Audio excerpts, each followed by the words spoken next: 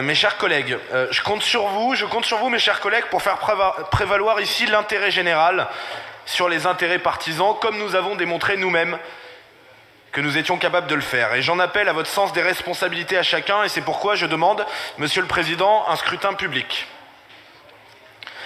La Méditerranée, notre Méditerranée, est devenue depuis plusieurs années un espace de transit majeur, de flux migratoires incontrôlés, notamment avec l'action d'organisations privées qui se font les complices des milices et des mafias de passeurs en allant récupérer des migrants tout près des côtes libyennes.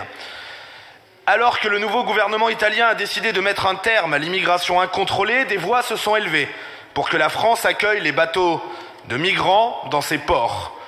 Ainsi, Jacques Attali a proposé que l'Aquarius accoste à Nice ou à Marseille, mais étonnamment pas à Tunis ou Sfax, port pourtant plus proche.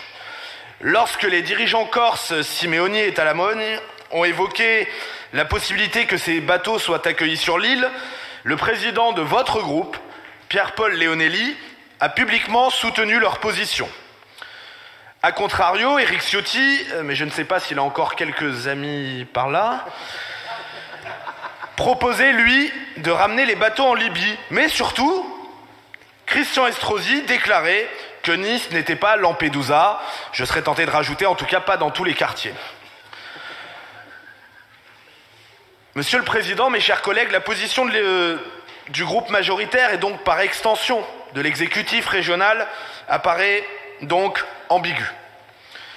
Et je crois qu'il est urgent de clarifier cette position en adressant un message d'humanité, bien sûr, mais aussi de fermeté et de responsabilité. Avec cette motion, je vous demande donc 3 choses. D'affirmer ensemble notre opposition à tout débarquement de migrants dans les ports de notre territoire. D'affirmer notre refus de l'immigration incontrôlée et même aujourd'hui imposée à des États souverains par des organisations privées. D'affirmer enfin notre soutien à toutes les solutions permettant de venir en aide aux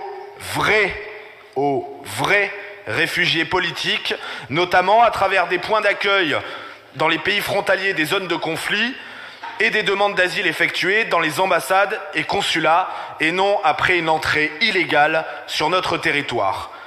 Encore une fois, Monsieur le Président, mes chers collègues, j'en appelle à votre sens des responsabilités. Pensez à ce qui pourrait arriver demain ou après-demain. Les habitants de notre région vous regardent. Merci.